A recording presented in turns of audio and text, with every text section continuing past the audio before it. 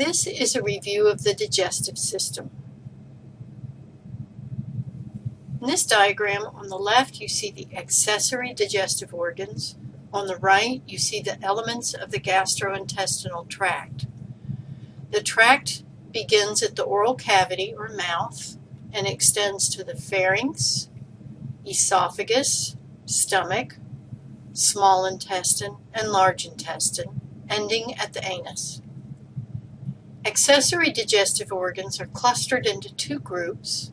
One group is associated with the mouth and includes teeth, tongue, and salivary glands. The other group is associated with the duodenum, the liver, gallbladder, and pancreas. Here you see the layers of the digestive tract. Not all parts of the digestive tract have all of these layers. They are typically seen between the regions of the esophagus through to the large intestine. The four principal layers are the mucosa, submucosa, muscularis, and serosa. The serosa is found below the diaphragm. The mucosa consists of a surface epithelium, which lines the lumen of the tract, a thin lamina propria, which is a loose connective tissue under the epithelium, and a sparse muscularis mucosae, scattered small smooth muscle cells which help, by contracting, to throw the epithelium into a series of folds. Epithelium can be one of two kinds: stratified squamous epithelium in the mouth, pharynx, esophagus, and anal canal, and simple columnar epithelium in stomach, small intestine, and large intestine. The submucosa is a layer of connective tissue deep to the mucosa. It has its own nerve network, the submucosal nerve plexus, and contains variable amounts of glandular tissue and immune cell elements. The muscularis, also known as the muscularis externi, typically consists of two layers of muscle: an inner circular layer, which when it contracts will cause constriction of the digestive tract lumen, and an outer longitudinal layer, which by contracting dilates or widens the tract. These muscle cells have their own nerve supply in a myenteric nerve plexus. The outermost layer, the serous membrane or serosa, is the same as the visceral peritoneum within the abdominal cavity. Like all serous membranes, it consists of a simple squamous epithelium on top of a very thin, loose connective tissue. Continuous with the serosa is the mesentery. The mesentery is the membrane that anchors the intestine and stomach to the abdominal wall. Here in cross-sectional view, you can see the elements of the layers of the digestive tract in the esophagus. Again, our principal layers: the mucosa, submucosa, muscularis, and in the case of the esophagus, because it's above the diaphragm, there is no serous membrane. There is instead a loose connective tissue layer called the adventitia. The muscularis layer exhibits its typical two layers of muscle, the circular layer and the longitudinal layer. This is a stratified squamous epithelium. Here you can see the lamina propria. Here is an abundance of glands we just call esophageal glands.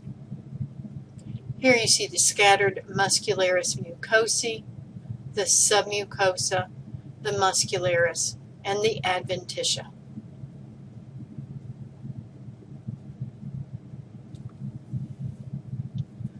We're looking here at the accessory organs associated with the mouth or oral cavity. There are three principal kinds of salivary glands. The parotid salivary gland is the largest of these. It is adjacent to the ear. It has a very large duct that empties saliva into the mouth. at about midway along the teeth in the upper margin. Here is the submandibular salivary gland, and here is the sublingual salivary gland. We're looking at the regions of the digestive tract above the diaphragm: oral cavity, pharynx subdivided into oropharynx and laryngopharynx, esophagus, and at its end, the esophagus connects to the stomach. Sphincters associated with the esophagus include the upper or superior esophageal sphincter and the lower or inferior esophageal sphincter. Here we see the regions of the stomach: the cardia, the fundus, the body, and the pylorus. The cardia is the small region associated with the junction with the esophagus, and the sphincter associated here, which we just saw labeled as the lower esophageal sphincter, is also known as the cardiac sphincter or the gastroesophageal sphincter. The fundus is the region of the stomach that lies superior to where the esophagus empties into the stomach. It is going to remain empty unless you fill the stomach. Food sitting in the fundus will remain undigested until it gradually moves into the body.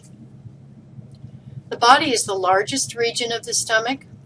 At least in this region, we find a third innermost layer of the muscularis externi, the oblique layer, which helps to create muscular action that will mix the contents of the stomach with the digestive juices. The narrow region of the pylorus helps funnel the mixture, which we call chyme, through the pyloric sphincter and into the duodenum.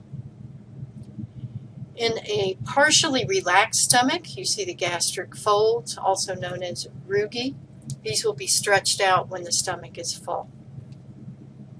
The shape of the stomach gives rise to an inner lesser curvature and an outer greater curvature.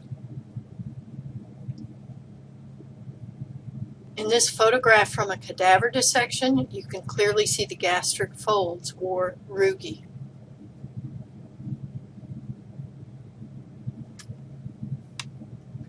Here we're looking at the layers of the stomach wall. Again, we have mucosa, submucosa, muscularis, and serosa. The mucosa of the stomach is thrown into a series of deep gastric pits, which are the openings of the gastric glands. The gastric glands have a variety of cell types which you are not going to be asked to identify in lab. You can also see the 3 layers of the muscularis. This helps you identify the stomach. Again, we see gastric pits, which are the openings of the gastric glands. These are all simple columnar epithelial tissues, but they are a glandular epithelium.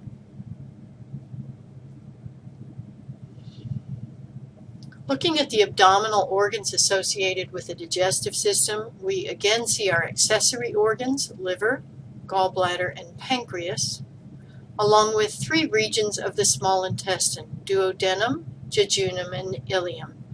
You can see in this diagram that the jejunum sits more to the upper part and to the left side of the body, whereas the ileum sits more to the inferior region of the abdominal cavity and more to the right side. So the ileum is more closely associated with the ascending colon. In fact, the ileum ends by connecting to the cecum at the ileocecal valve.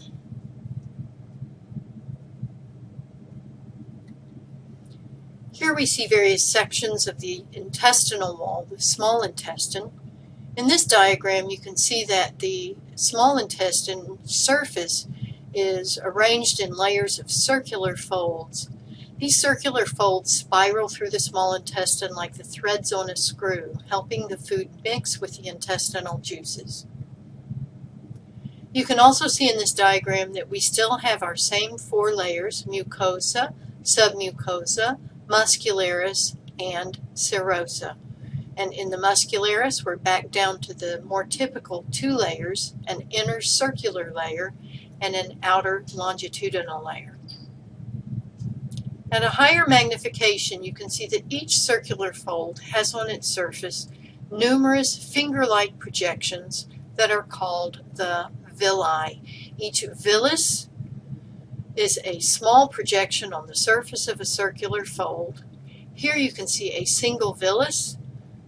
In between adjacent villi, you have what's known as a crypt.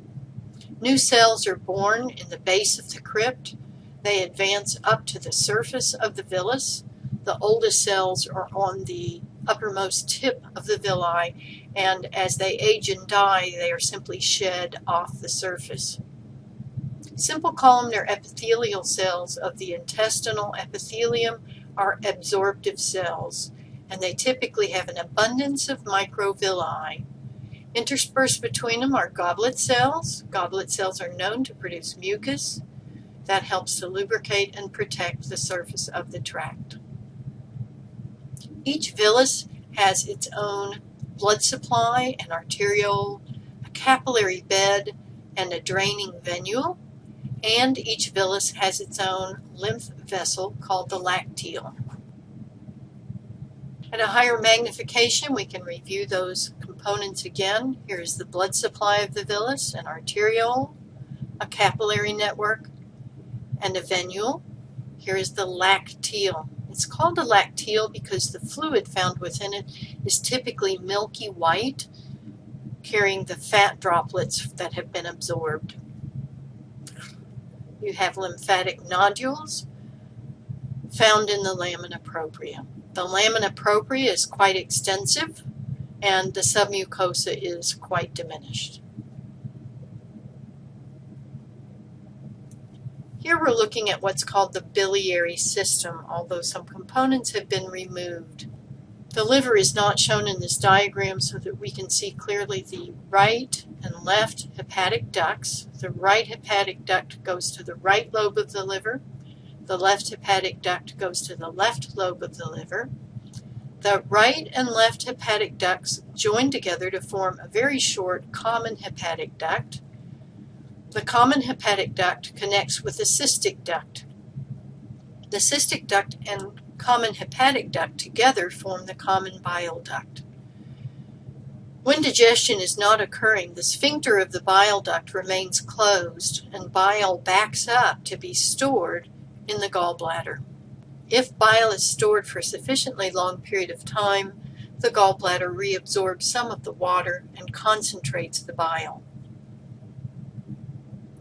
When stimulated by hormones and activity within the digestive tract, the sphincter will relax, the gallbladder will contract, and stored bile will be secreted through the common bile duct, through the major duodenal papilla, and into the duodenum.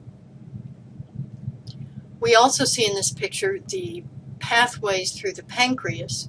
The exocrine function of the pancreas is to produce bicarbonate ions to buffer the stomach acid and major digestive enzymes.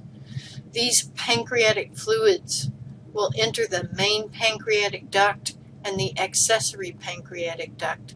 And again, when stimulated by digestive activity and digestive hormones, these fluids will be excreted through the major and minor duodenal papillae.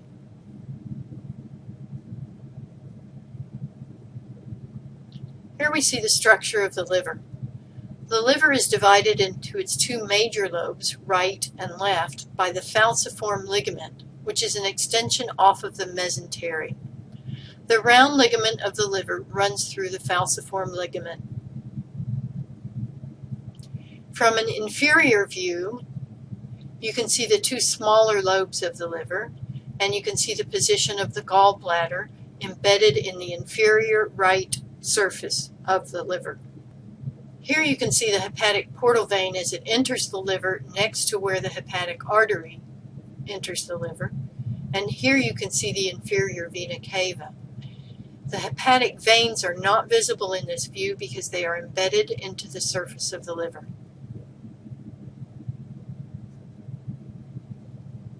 In this view, you can see the circulatory pattern of blood through the liver, to and through the liver, from the mesenteric veins and the splenic vein to the hepatic portal vein. As it enters the liver, hepatic portal vein ends by branching, each branch eventually reaching a hepatic lobule. Each hepatic lobule has a central vein, and these central veins coalesce to form the right and left hepatic veins, which drain into the inferior vena cava.